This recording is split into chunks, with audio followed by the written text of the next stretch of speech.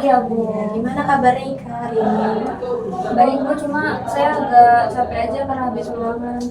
Oh iya sih, minggu ini emang banyak ulangan ya. Tapi Ibu senang sih kamu tetap datang ke ruang BK hari ini. Ibu tahu mungkin awalnya kamu agak canggung ya, tapi santai aja. Di sini kita ngobrol santai aja kok. Iya Bu, saya agak gugup tapi nggak apa-apa kok. Ya nggak usah gugup. Ibu di sini bukan buat marah-marah. Ibu bantu kamu biar bisa lebih tenang dan semangat. Sebelum mulai, Ibu mau jelasin dulu nih asas-asas penting dalam bimbingan konseling. Yang pertama itu ada asas kerahasiaan. Semua yang kamu ceritakan di sini itu nggak akan Ibu sampaikan ke siapapun tanpa izin kamu. Yang kedua itu ada asas kesukarelaan. Kamu di sini bukan karena paksaan kan? Iya Bu. Tapi karena kamu mau memperbaiki diri. Itu yang ketiga ada asas keterbukaan. Biar kita bisa sama-sama cari solusi yang terbaik gitu. Jadi kamu perlu jujur sama saya gitu dan terbuka. Dan yang terakhir itu ada asas kegiatan. Semua yang kita lakukan di sini untuk kebaikan diri kamu sendiri. Oh gitu ya Bu. Saya kira kalau ke ruang BK ini itu berarti ada masalah yang besar gitu. Enggak kok. Jadi ruang BK itu justru tempat buat ngobrol, belajar mengenal diri dan menjadi lebih baik lagi. Nah, sekarang Ibu mau tahu nih, akhir-akhir ini kan kamu kayaknya kelihatan agak kurang semangat belajar. Saya nggak tahu Bu. Biasanya rasanya udah malas belajar. Malesnya karena capek atau karena ada hal lain yang bikin kamu kehilangan semangat? Mungkin karena saya merasa percuma aja Bu kalau belajar. Nilai saya selalu lebih rendah soalnya dari teman-teman. Udah belajar pun hasilnya tetap kayak gitu aja. Jadi kayaknya belajar tuh kayak apa ya, tetap jelek gitu nilainya, nggak ngaruh.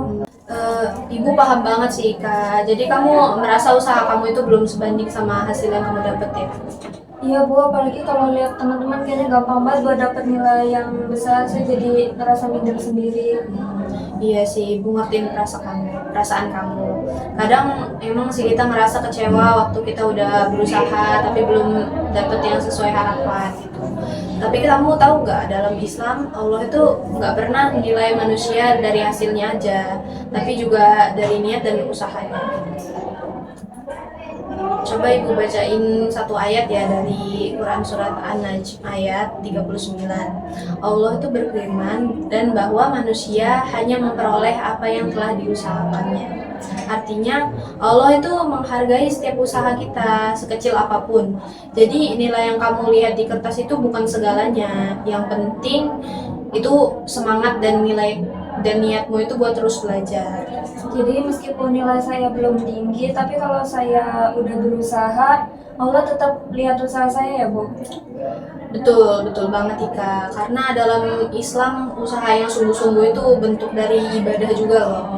Jadi Rasulullah itu pernah bersabda, barang siapa yang menempuh jalan untuk mencari ilmu, maka Allah akan memudahkan baginya jalan menuju surga. Jadi setiap kamu buka buku, kayak nulis catatan atau nyoba paham pelajaran, itu tuh dihitung pahala sama Allah. Gitu. Sekarang Ibu mau tanya deh, sebenarnya kamu pengen hasil kayak apa sih dari pelajaran kamu? Saya pengen bisa kayak teman-teman gitu Bu, nilainya pada bagus, tapi rasanya susah banget buat nyusul mereka.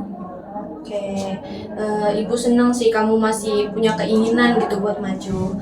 Tapi coba deh, jangan fokus sama membandingkan diri sama orang lain gitu. Karena setiap orang punya waktunya masing-masing buat berkembang. Allah itu udah kasih kemampuan yang berbeda-beda untuk setiap umatnya. Iya Bu, tapi kadang kalau lihat nilai mereka tuh tinggi semua, saya jadi ngerasa sedih terus langsung minder gitu. Oke. Wajar sih ngerasa gitu, tapi jangan lama-lama gitu larut dari perasaan itu ya. Karena kalau kamu terus ngerasa kalah, nanti kamu malah berhenti berjuang. Dalam Islam kan kita diajarin buat bersyukur atas yang kita punya dulu.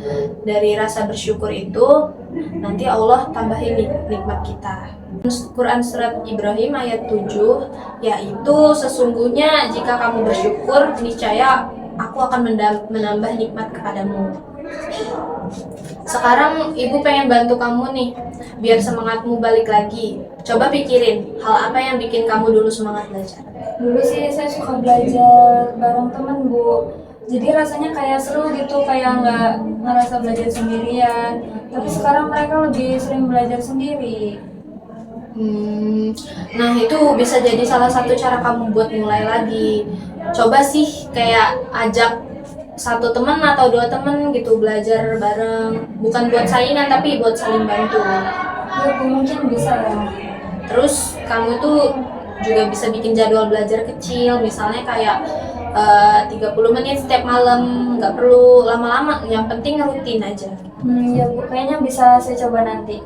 Selain itu jangan lupa doa sebelum belajar ya. Rasulullah Shallallahu Alaihi Wasallam mengajarkan doa ini. Allahumma ini as'aluka ilman nafi'an, warizkan tayyiban, wa amalan mutaqabbalan.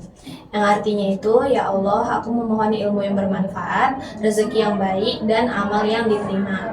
Kalau kamu baca itu dengan niat sungguh-sungguh, insya Allah Allah bantu kamu lebih mudah memahami pelajaran. Oke, Ika, setelah ngobrol tadi, gimana perasaan kamu sekarang? Saya sekarang rasa jadi agak lega Bu. Ternyata usaha saya selama ini nggak sia-sia ya di mata Allah. Alhamdulillah. Jadi sekarang kamu udah tahu kan kalau semangat belajar itu bagian dari ibadah. Ya Bu, saya mau coba belajar lagi habis ini. Tapi kali ini niatnya bukan cuma buat nilai, tapi biar Allah ridho juga. Masya Allah, itu niat yang luar biasa. Yuk.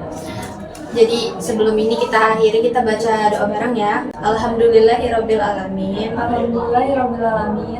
Ya Allah, Ya Allah, kuatkan semangat kami untuk terus belajar kuatkan semangat kami untuk terus belajar dan bersyukur atas nikmat ilmumu. dan bersyukur atas nikmat ilmu-Mu. Amin.